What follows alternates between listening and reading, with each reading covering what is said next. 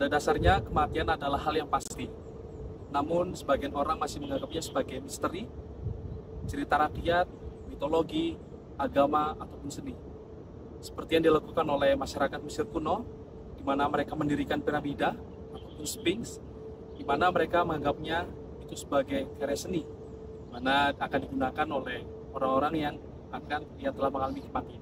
Di dalam masyarakat modern, kematian tidaklah dimaknai secara istimewa. Kematian hanya dipandang sebagai dari bagian rutinitas.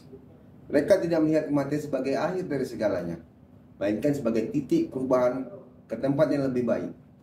Kematian dipahami di mana bersatunya dengan orang-orang yang dicintai yang telah meninggal.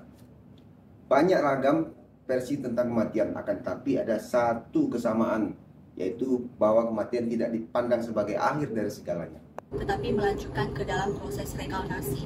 Jadi seseorang dapat dilahirkan kembali ke dalam dunia ini, tetapi dalam bentuk yang berbeda dari sebelumnya.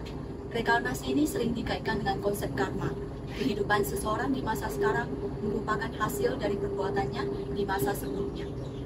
Bagi orang yang terlatih dengan pola pikir yang ilmiah dan rasional, kematian dianggap sebagai bentuk kekalahan tertinggi, di mana mereka tidak bisa mengendalikan hal-hal alamiah yang terjadi pada dirinya. Dan mereka pun menganggap orang yang sekarat itu adalah pecundang yang tidak bisa melakukan apapun, dan dia telah kalah dalam kompetisi yang kita sebut sebagai kehidupan.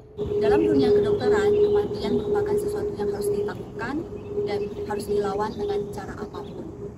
Jadi dengan kata lain, kematian adalah sesuatu atau musuh yang harus dikalahkan.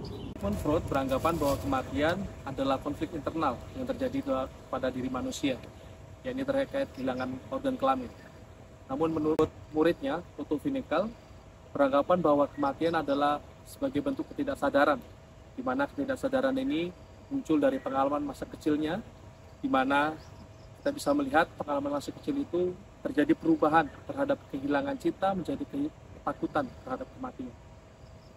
Di sisi lain, Carl Gustav Jung menyangkal hal itu. Dia beranggapan bahwa kematian adalah suatu aspek dari bentuk kesadaran, bukan ketidaksadaran. Contoh ketakutan terhadap kematian yang akut dapat kita lihat pada kehidupan Picasso. Ia adalah seorang individu yang kuat dan kreatif, namun ia terlalu mencintai dirinya secara berlebihan, walaupun ia tahu bahwa ia bukanlah makhluk yang abadi. Jadi, kematian ini bukanlah sesuatu yang perlu kita takutkan. Kematian ini adalah hal yang pasti, yang harus kita jalani, dan kematian ini sama alaminya seperti air yang mengalir.